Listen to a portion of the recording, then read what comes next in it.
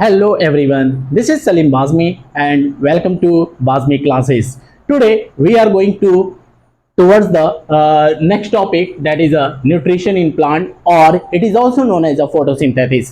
हम लोग कंप्लीट कर रहे हैं बायो का क्लास 10th के सीबीएसई बोर्ड का बायो का chapter number 6 that is a life process.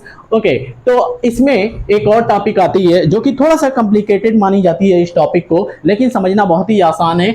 Topic का नाम है न्यूट्रिशन इन प्लांट. एनसीईआरटी के अंदर यही दिया हुआ है कि न्यूट्रिशन इन प्लांट, और इसको हम एक और टर्मिनोलॉजी देते हैं, दैट इज अ फोटोसिंथेसिस. बात समझना, अभी तक हम लोगों ने न्यूट्रिशन के बारे में पढ़ा, न्यूट्रिशन इन अमीबा पढ़ा, अब न्यूट्रिशन इन प्लांट के बारे में देखने जा रहे हैं. इसके बाद की जो टॉपिक होगी वो न्यूट्रिशन इन ह्यूमन बीइंग होगी, लेकिन उससे पहले हम न्यूट्रिशन इन प्लांट यानी कि प्लांट जो है वो अपना फूड कैसे लेता है और साथ साथ में उसके फूड के लेने के प्रोसेस को एक स्पेशल टर्मिनोलॉजी दे दी जाती है जिसका नाम होता है फोटोसिंथेसिस. ठीक है, तो अभी हम इसी फोटोसिंथेसिस को क्या करते हैं, डिफाइन करते हैं, एक्सप्लेन करते हैं, और साथ साथ में nutrition in plant will also be explain by this terminology, by this definition. Okay, so अगर हम बात करें कि फोटोसिंथेसिस, तो कह रहा है कि a biochemical process by which plant manufacture their own food. क्या कह रहा है कि एक ऐसा बायोकेमिकल प्रोसेस है, यानी कि ये एक ऐसा बायो का मतलब है कि जिसमें लिविंग चीजें,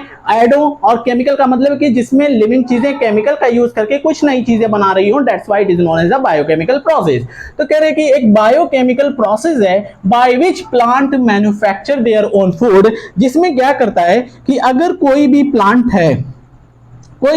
है, ठीक है, इस प्लांट के पास इस तरीके से क्या होगी, लीफ भी होगी. ठीक है, तो अब क्या करेगा कि a biochemical process by which plant manufacture their own food, ये प्लांट क्या करेगा, अपना खुद का खाना बनाएगा, और खाने में क्या बनाएगा, ये ग्लूकोज बनाएगा.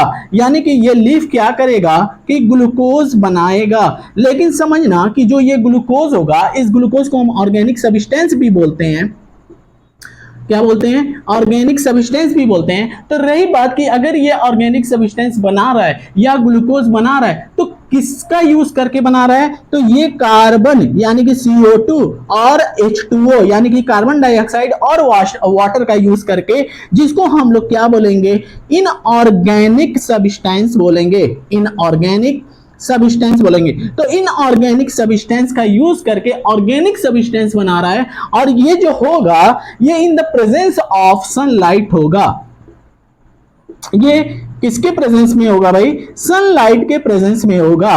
तो सनलाइट के प्रेजेंस में इनऑर्गेनिक सब्सटेंस का यूज करके अगर ऑर्गेनिक सब्सटेंस बनाता है तो उसको हम क्या कहते हैं, फोटोसिंथेसिस कहते हैं. ओवरऑल जो रिएक्शन होती है फोटोसिंथेसिस की, ठीक है, वो क्या होती है कि कार्बन अगर रेड वाले को छोड़ दो, ये बैलेंसिंग का काम किया गया है, तो बैलेंसिंग को अभी छोड़ दो. तो मैंने क्या कहा कि CO2 का यूज करता है, वाटर का यूज करता है. अब बताना, CO2 और वाटर ये इनऑर्गेनिक सब्सटेंस है जो कि ये लीफ के अंदर पड़ा होता है, और जैसे ही सनलाइट आती है तो ये CO2 और H2O का कॉम्बिनेशन हो करके, कंबाइन हो करके क्या बना लेते हैं, ग्लूकोज बना लेते हैं. क्या बना लेते हैं भाई, ग्लूकोज बना लेते हैं, और साथ साथ में बाई प्रोडक्ट H2O और O2 जो है वो बाहर की तरफ निकल जाता है. नाउ रही बात की ये 612 जो मैंने रेड से लिखा हुआ है, इसका क्या मतलब है, यहाँ पे कुछ नहीं. जब यहाँ पे हम 6 कार्बन लेंगे, ठीक है, तो इधर भी हमारा 6 कार्बन होना चाहिए. 6 कार्बन इधर हो गया. अगर हम इधर 12 2 24, अगर इधर हाइड्रोजन 24 है तो इधर भी हाइड्रोजन कितना होना चाहिए, 24. देखोगे यहाँ पे 12 और 6 दूना 12, तो 12 और 12 कितने हो गए, 24. तो हाइड्रोजन और कार्बन ये एलिमेंट की बैलेंसिंग करने के लिए यहाँ पे ये दिया हुआ है. ठीक है, अगर इतनी बातें समझ में आ गई हो तो अब समझते हैं कि फोटोसिंथेसिस का प्रोसेस जो है वो लीफ के अंदर होता कैसे है. ठीक है, यानी कि हम पढ़ने वाले हैं नाउ, थोड़ा सा डिटेल पढ़ेंगे मैकेनिज्म ऑफ फोटोसिंथेसिस, की फोटोसिंथेसिस का जो मैकेनिज्म है वो कैसे होता है लीफ के अंदर, और साथ में हम इंपॉर्टेंस या सिग्निफिकेंस ऑफ क्या पढ़ेंगे, फोटोसिंथेसिस पढ़ेंगे. अगर इतनी बातें हो जाएंगी तो फिर इसके बाद इसी के अंदर एक स्टोमेटा की बात आती है, थोड़ा सा स्टोमेटा के बारे में देखेंगे तो ये हमारी टॉपिक कंप्लीट हो जाएगी. और इससे क्वेश्चन बोर्ड के अंदर काफी पूछे जाते हैं, इसीलिए this topic will be more important. ठीक है, अब इसके बाद अगर हम चलें किसकी तरफ, मैकेनिज्म की तरफ। तो मैकेनिज्म क्या होती है उसको हम समझने की कोशिश करेंगे। क्लियर है, सभी को विजिबल है? ठीक है।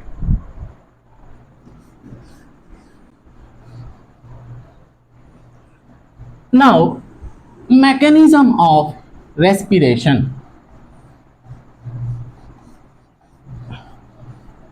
इसको इरेज करने में मेरी हालत खराब हो जाती है भाई।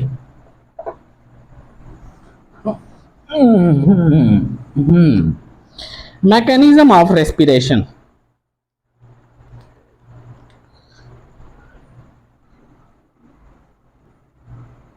अरे सॉरी, मैकेनिज्म ऑफ रेस्पिरेशन और मैकेनिज्म ऑफ फोटोसिंथेसिस।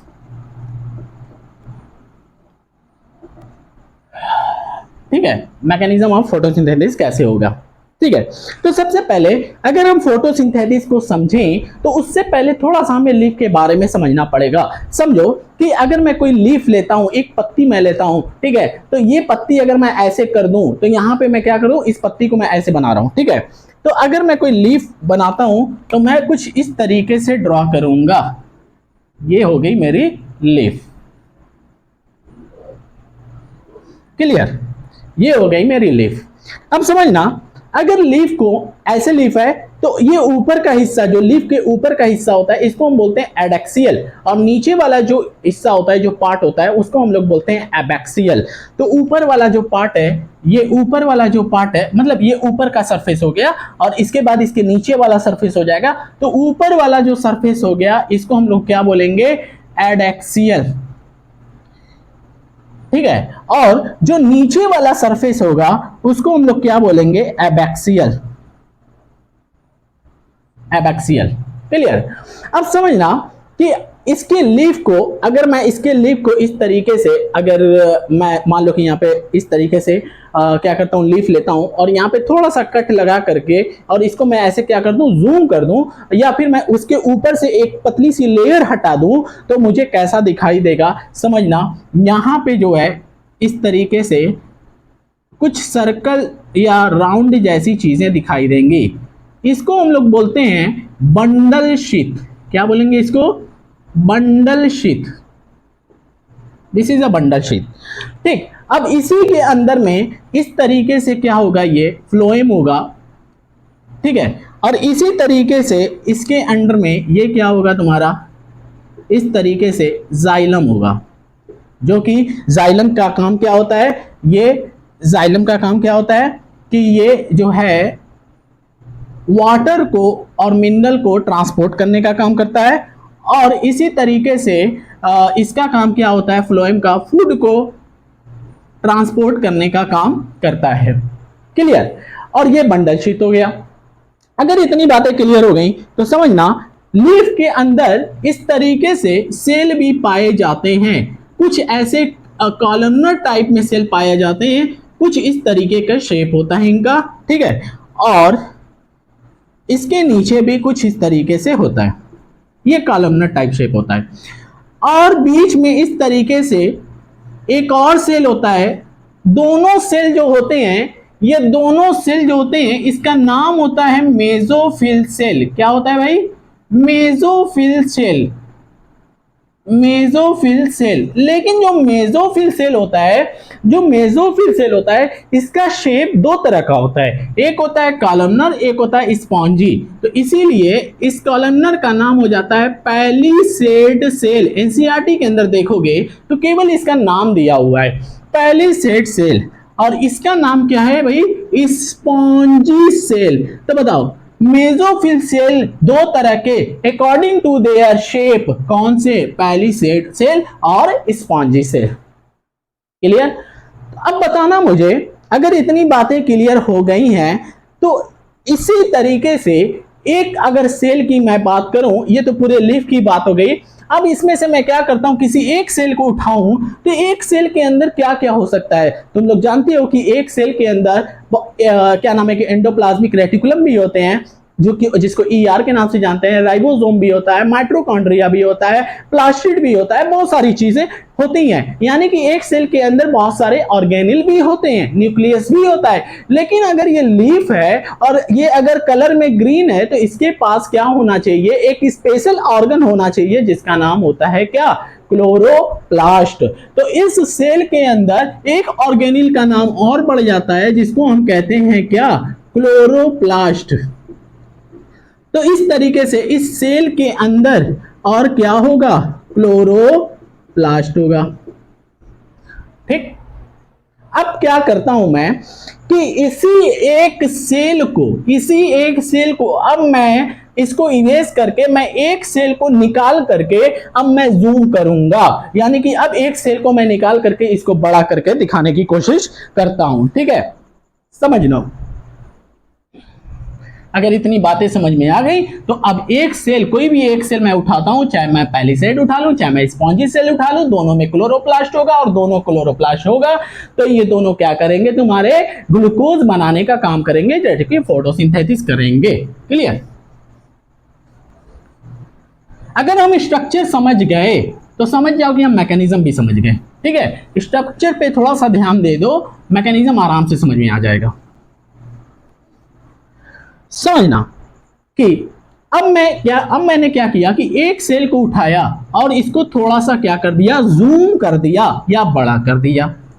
अब इसके अंदर मैंने क्या कहा कि एक सेल के अंदर क्या हो सकता है, एक सेल के अंदर तुम्हारे बहुत सारे ऑर्गेनिल हो सकते हैं और इस ऑर्गेनिल का नाम क्या है, इस ऑर्गेनिल का नाम है स्पॉन्जी सेल, अरे सॉरी, इस ऑर्गेनिल का नाम है क्लोरोप्लास्ट।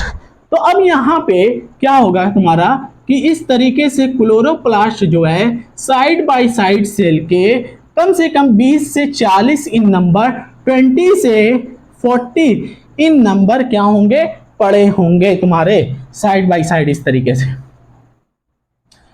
ये क्लोरोप्लास्ट है और ये क्लोरोप्लास्ट जो है कितने होंगे नंबर में, कम से कम 20 से 40 होंगे, 20 से 40 होंगे, कितने, 20 से 40। ठीक है, अब क्या मैं करता हूं कि अब ये वाली चीज क्या थी, ये क्या था, ये मेसोफिल सेल था। मेसोफिल सेल दो तरह के होते हैं, एक होता है पैलिसेड सेल और एक होता है तुम्हारा स्पॉन्जी सेल। अब मान लो कि मैंने कोई एक ही सेल उठा लिया, माना कि पैलिसेड सेल उठा लिया। अब इसी में देखो तुम्हारा माइटोकॉन्ड्रिया भी हो सकता है, ठीक है, इसी के अंदर तुम्हारा क्या हो सकता है, एंडोप्लाज्मिक रेटिकुलम भी हो सकता है। लेकिन हमें इस ऑर्गेनिल वगैरह से कोई मतलब नहीं है क्योंकि हम फोटोसिंथेसिस पढ़ रहे हैं, हमें मतलब है किससे, क्लोरोप्लास्ट से मतलब है। तो क्लोरोप्लास्ट को अब मैं क्या करता हूं कि क्लोरोप्लास्ट को यहां से निकाल करके, एक क्लोरोप्लास्ट को निकाल करके मैं क्या करता हूं, जूम करता हूं, बड़ा करता हूं। क्लियर? तो अब एक क्लोरोप्लास्ट को उठा करके मैं जूम करूं तो मैं उसके स्ट्रक्चर को दिखाने की कोशिश करता हूं कि अब उसके अंदर कैसा होता है। समझना कि अब मैंने क्या किया, एक क्लोरोप्लास्ट को उठाया। ठीक है, अब जब मैंने एक क्लोरोप्लास्ट को उठाया तो ये डबल मेम्ब्रेन होता है, ये एक क्लोरोप्लास्ट जो होता है ये डबल मेम्ब्रेन होता है। यहां पे मैं डबल मेम्ब्रेन कर दे रहा हूं। ठीक है, अब उसके बाद इसके अंदर जो होता है इस तरीके से थाइलाकोइड एक दूसरे के ऊपर इस तरीके से पड़े होते हैं, ये थाइलाकोइड होते हैं। एक का नाम होता है थाइलाकोइड। ठीक है, इस तरीके से थाइलाकोइड पड़े होते हैं। ठीक, समझना इसका जो नाम होता है, इसका नाम होता है लैमिला।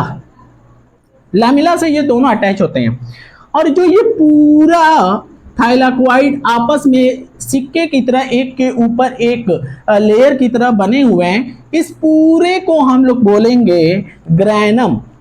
क्या बोलेंगे, ग्रैनम। पूरे को हम लोग क्या बोलेंगे, ग्रैनम। ग्रैनम। और एक को हम लोग बोलेंगे थाइलाकोइड, ये एक को हम लोग बोलेंगे thylakoid. Thylakoid, this is a thylakoid. ठीक है, लैमिला हो गया, ग्रैनम हो गया, ये थाइलाकोइड हो गया। क्लियर। अब मैं क्या करूं, एक थाइलाकोइड को उठाऊं और यहां पे अलग से एक स्ट्रक्चर बना दूं थाइलाकोइड का।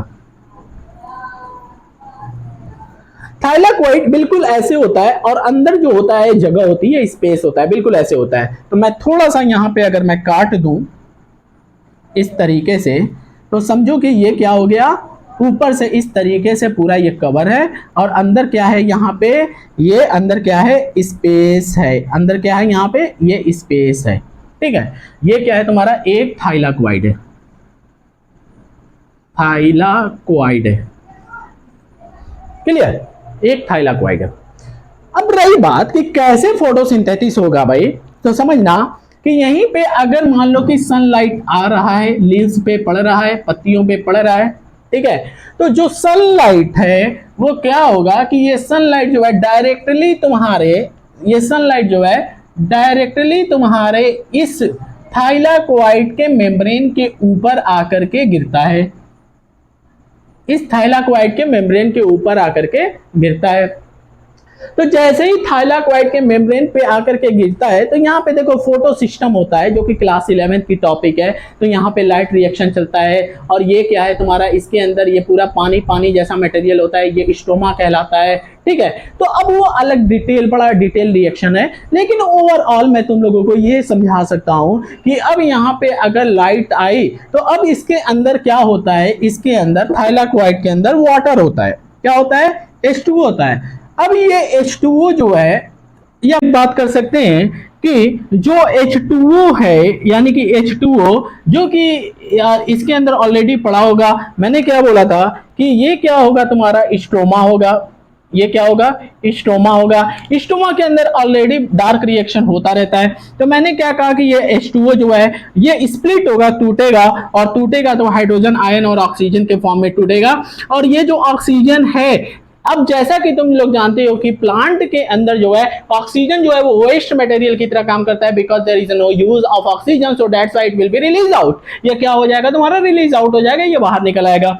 और उसके बाद अल्टीमेटली क्या होगा कि तुम्हारा जो है, इसीलिए रिएक्शन जो होगा वो कुछ ऐसा रिएक्शन हो जाएगा जो कि CO2 क्या है कि CO2 और हाइड्रोजन, सॉरी वाटर, ये लोग मिल करके क्या बना लेंगे तुम्हारा कि ग्लूकोज बना लेंगे, यानी कि C6H12O6 बना लेंगे। ठीक है, और इस तरीके से तुम्हारा ये फूड का प्रोडक्शन हो गया, यानी कि ग्लूकोज का प्रोडक्शन हो गया। ठीक है, तो अल्टीमेटली फोटोसिंथेसिस से हमें क्या कराना था, अल्टीमेटली हमें फोटोसिंथेसिस से फूड बनाना था, ग्लूकोज बनाना था, और हमारा ग्लूकोज बन गया। रही बात कि अगर फूड जो बनता है ग्लूकोज से, अरे सॉरी, ग्लूकोज जो बनता है फोटोसिंथेसिस से, इस प्रोसेस से, जिसका न्यूट्रिशन इन प्लांट होता है, रही बात क्या क्या इसका कुछ कुछ इंपॉर्टेंट भी होता है, क्या इसका कोई सिग्निफिकेंस भी होता है, तो हाँ, इसका इंपॉर्टेंस भी कभी कभी एग्जाम में पूछ देता है कि बताओ what is the significance of the photosynthesis, photosynthesis का क्या सिग्निफिकेंस होता है। तो समझना, सिग्निफिकेंस समझने की कोशिश करते हैं। Significance of photosynthesis, significance of photosynthesis, तो पहला पॉइंट इसके अंदर आ जाएगा, पहला पॉइंट इसके अंदर आ जाएगा कि प्लांट, सॉरी, ये क्या करेगा कि प्रोवाइड करेगा फूड फॉर ऑल प्लांट। तो क्या करेगा, provide food for all plant, ये सारे प्लांट को क्या करेगा, food, sorry, provide for all, क्या नाम है कि सबके लिए, मतलब कि तुम्हारे हेट्रोट्रॉफिक जितने भी ऑर्गेनिज्म है, और उसमें से जो भी तुम्हारा हार्बीवोरस होंगे उनके तो खास, उनके लिए तो खासकर फॉर ऑल, ये सबके लिए फूड प्रोवाइड करेंगे।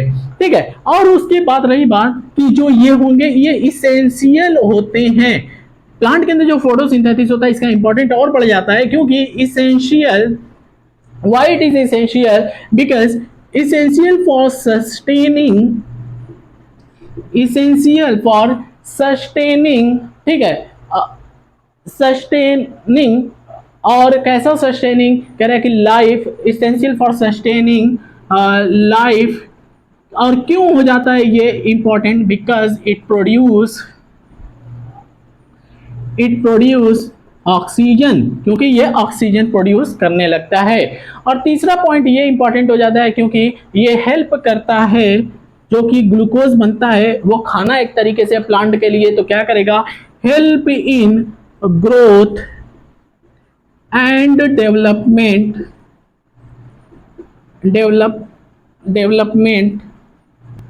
फॉर प्लांट की ग्रोथ के लिए और उसके डेवलपमेंट के लिए क्या करेगा, काम करेगा। और क्या करेगा कि फिक्स एटमॉस्फेरिक नाइट्रोजन, और ये एटमॉस्फेरिक नाइट्रोजन को क्या करेगा, फिक्स करेगा। फिक्स एटमॉस्फेरिक CO2 जो कि वेस्ट मटेरियल का काम करता है, CO2 उसको क्या करेगा, फिक्स करेगा। ये इंपॉर्टेंट है, सिग्निफिकेंस इंपॉर्टेंट, कभी कभार 2 नंबर में पूछ देता है, इसीलिए इसके बारे में जानना जरूरी है।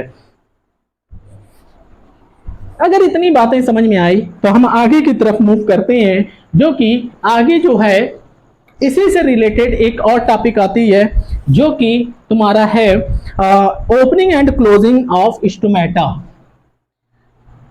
देखो लीफ के अंदर जो क्लोरोप्लास्ट होता है उसका क्या इंपॉर्टेंट है, उसका इंपॉर्टेंट है कि वो फोटोसिंथेसिस में रोल प्ले करता है। अब बात करते हैं कि जो उसके नीचे और ऊपर स्टोमेटा होता है वो उसका क्या काम है। देखना, जैसे कि एक लीफ मैंने बनाया, अगर एक लीफ मैंने लिया, अगर माना कि ये नीचे वाला हिस्सा है और ये ऊपर वाला हिस्सा है, समझो लीफ होती है जो ऊपर सनलाइट को डायरेक्ट कांटेक्ट में आती है, उसके ऊपर स्टोमेटा, नंबर ऑफ स्टोमेटा होते हैं वो कम होते हैं। क्यों कम होते हैं, ताकि लॉस ऑफ वाटर जो हो वो कम से कम हो, क्योंकि जैसे ही सनलाइट आती है उस समय स्टोमेटा ओपन होता है और वाटर जो है वो इवेपोरेट या वेपर बन करके वहां से बाहर निकलता रहता है, यानी कि ट्रांसपिरेशन का काम चलता रहता है। लीफ है, लीफ के नीचे क्या होता है, स्टोमेटा ज्यादा से ज्यादा होता है, क्योंकि सनलाइट यहाँ डायरेक्ट कांटेक्ट में नहीं आती है, और इसीलिए यहाँ पे क्या है कि स्टोमेटा ज्यादा नंबर में होना है, तो इससे कोई लॉस ऑफ वाटर ज्यादा नहीं होना है। ठीक है, तो अगर मैं बात करूं तो यहाँ पे स्टोमेटा जो होता है, नीचे की तरफ जो स्टोमेटा होता है, ठीक है, वो कह लो कि नंबर में ज्यादा हो सकता है, लेकिन ऊपर की तरफ स्टोमेटा जो है वो कम होगा। रही बात कि अगर मैं स्टोमेटा की बात करूं, जो कि स्टोमेटा में 2 तरीके से अगर मैं बताऊं, पहले स्ट्रक्चर में दिखा देता हूं बना करके।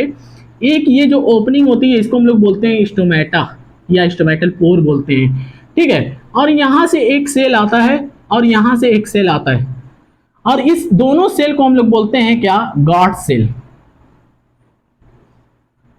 गार्ड सेल, ये दोनों सेल होते हैं गार्ड सेल। और ये स्टोमेटल ओपनिंग हो गया, या स्टोमेटा इसको बोल देते हैं, stomata. Stomata is just opening, stomata, ठीक है। और इसके अराउंड में क्या होता है कि तुम्हारा सब्सिडरी सेल या एपिडर्मल सेल भी इसको बोलते हैं, ये होता है epidermal cell. This is epidermal cell, clear. अब समझना क्या है कि अब तुम्हें पता है कि अगर कोई गार्ड सेल है तो सेल के अंदर क्या होगा, यहाँ पे क्लोरोप्लास्ट होगा। क्या होगा, यहाँ पे क्लोरोप्लास्ट होगा, और साथ साथ में इसके अंदर क्या होगा, न्यूक्लियस भी होगा। तो ये एक न्यूक्लियस मैंने दिखा दिया यहाँ पे कि इसके अंदर जो होगा, गार्ड सेल के अंदर न्यूक्लियस भी होगा, और साथ साथ में ये क्या है, ये तुम्हारा है क्लोरोप्लास्ट। क्लोरोप्लास्ट यानी कि क्लोरोप्लास्ट भी होगा, ठीक है। क्लोरोप्लास्ट के साथ साथ इसी के अंदर एक बड़ा सा वैक्यूल भी होता है, इसके अंदर इस तरीके से बड़ा सा वैक्यूल भी होता है, दोनों तरफ होता है, लेकिन मैं सिर्फ एक ही तरफ दिखा रहा हूं क्योंकि मुझे अभी उधर काम है।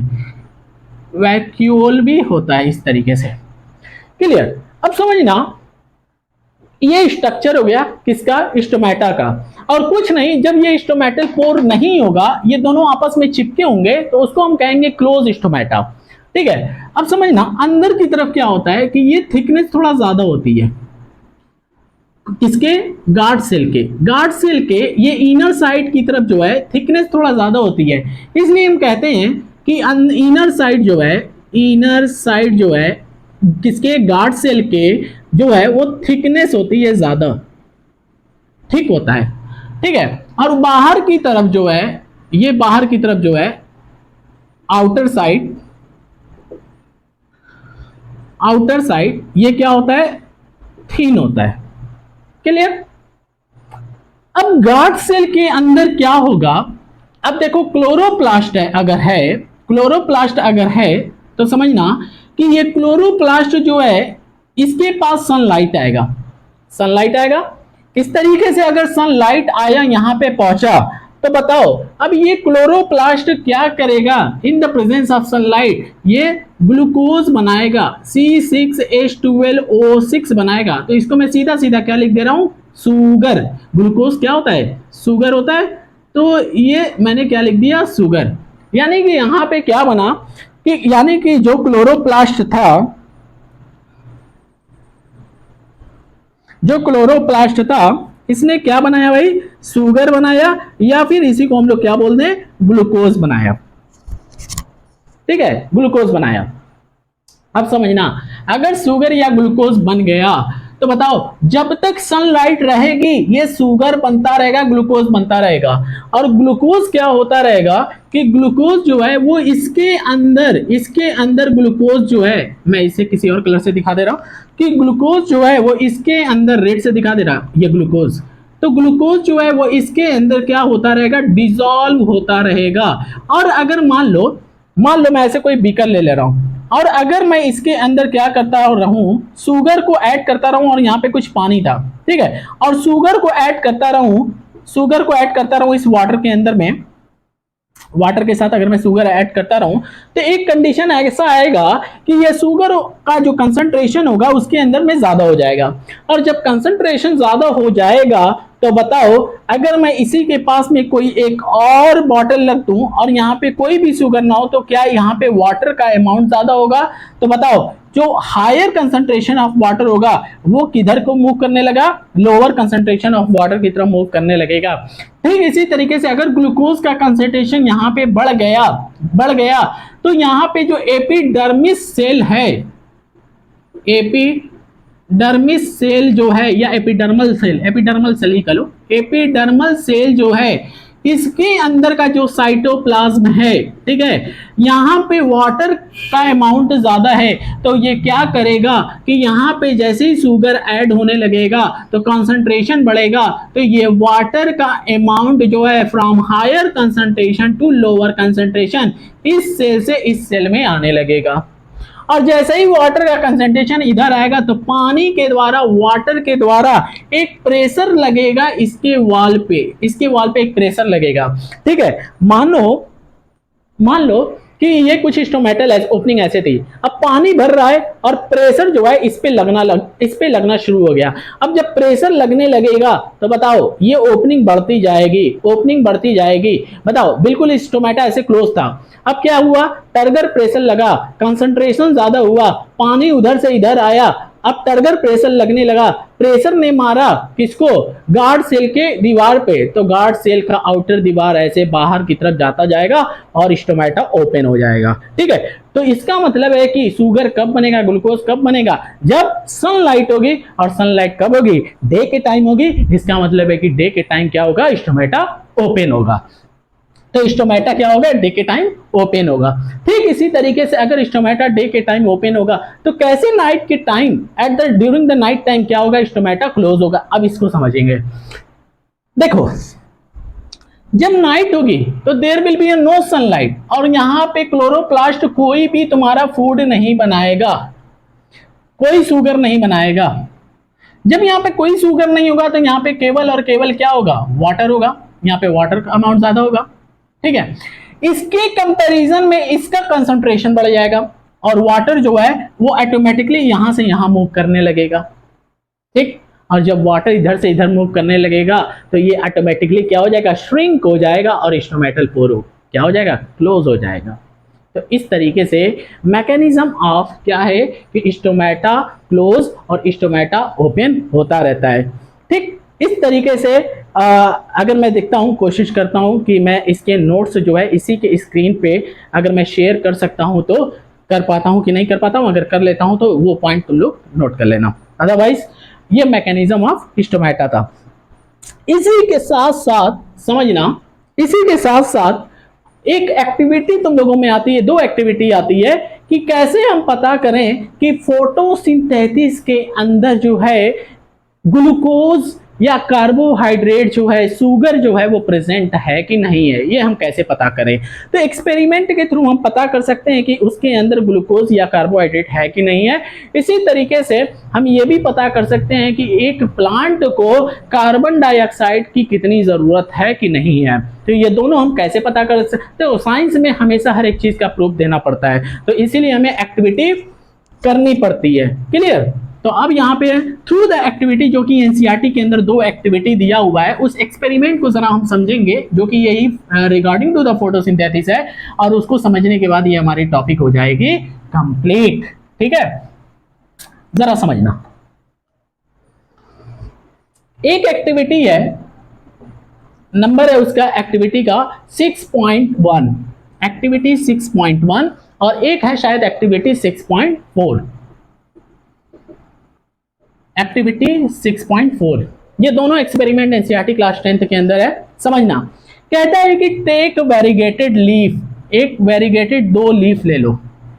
एक एक्सपेरिमेंट ये है, उस वेरीगेटेड लीफ में लेता है। वेरीगेटेड लीफ का मतलब है कि कोई ऐसी लीफ लो जिसमें इस तरीके से ग्रीन पैचेस हो, और ग्रीन पैचेस वहीं पे ज्यादा होंगे जहां पे क्लोरोप्लास्ट ज्यादा होंगे। इसका मतलब है कि यहाँ पे ग्रीन ज्यादा, इसका मतलब क्लोरोप्लास्ट ज्यादा, यानी कि यहाँ पे बनेगा कार्बोहाइड्रेट ज्यादा। क्लियर?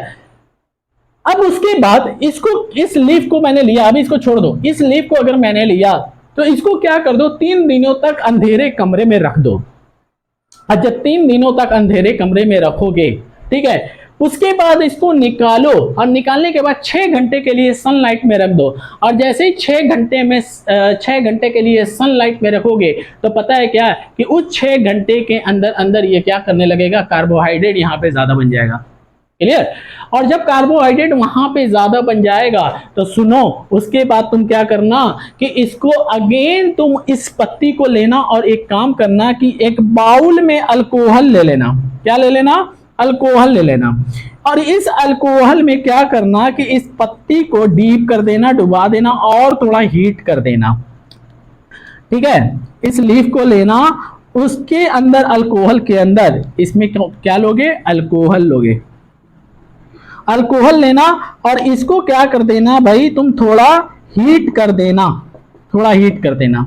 ठीक है, हीट करने के बाद इस पत्ती को निकालो दोबारा से, और उसके बाद क्या करो कि इस पत्ती को तुम डाल दो आयोडीन के सॉल्यूशन में। आयोडीन के सॉल्यूशन में अगर डालोगे तो क्या हो जाएगा, समझना, यही हमें समझना है। तो जब इसको आयोडीन के सॉल्यूशन में डालोगे तो जहां पे ये ग्रीन कलर दिखाई दे रहा था, अब ये ग्रीन कलर ना रह करके कलर कैसा हो जाएगा, ये डार्क ब्लू कलर हो जाएगा। ठीक है, तो अब यहाँ पे ये कलर कैसा हो जाएगा, ये डार्क ब्लू कलर हो जाएगा। एक्सपेरिमेंट 6.1 में यही है। फिर भी अगर किसी को समझ में ना आया हो कि सर नहीं समझ में आया, आखिर आप करना क्या चाहते हैं, समझो। देखो, अपने घर में जो चावल होता है ना, उसके अंदर ग्लूकोज होता है, कार्बोहाइड्रेट होता है। उस चावल के ऊपर अगर तुम आयोडीन डालोगे तो आयोडीन का अगर 1-2 ड्रॉप भी डालते हो तो उसका कलर तुरंत चेंज हो जाएगा, और कलर हो जाएगा कैसा, डार्क ब्लू कलर हो जाएगा। ये प्रैक्टिकल एक्सपेरिमेंट लैब में भी कराया जाता है। ठीक है, तो इसका मतलब है कि ग्लूकोज या कार्बोहाइड्रेट जब तुम्हारे आयोडीन के कांटेक्ट में आते हैं तो कलर कैसा, ब्लू। यानी कि अगर यहाँ पे ग्लूकोज या कार्बोहाइड्रेट बना है तो आयोडीन के कांटेक्ट में आए तो ब्लू होना चाहिए, डार्क ब्लू होना चाहिए, और हो जाता है तो ये प्रूव हो जाता है कि हाँ यहाँ पे कार्बोहाइड्रेट या ग्लूकोज बना है। और अगर ब्लू नहीं होता इसका मतलब कि नहीं बना है। एक और आता है एक्सपेरिमेंट 6.4। अब इस एक्सपेरिमेंट को अगर हम देखें तो इस एक्सपेरिमेंट से हमें क्या पता चलता है, तो समझना, इस एक्सपेरिमेंट से हमें क्या पता चलता है भाई। कहता है कि तुम क्या करो, एक प्लांट लो। क्या लो, एक प्लांट लो। पिंक कलर सही नहीं लग रहा है, थोड़ा लाइट लग रहा है मुझे, ब्लैक यूज करता हूं।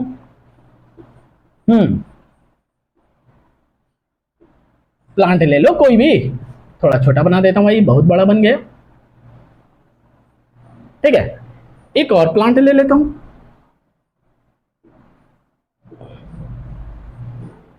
ठीक है, 2 प्लांट मैंने ले लिया। अब इसको मैं क्या कर दूं, एक शीशे के जार में मैं इसको रख देता हूँ, जिसमें अचार वचार रखा जाता है वैसा ही थोड़ा, ठीक है। इसको मैं शीशे के जार में रख देता हूँ।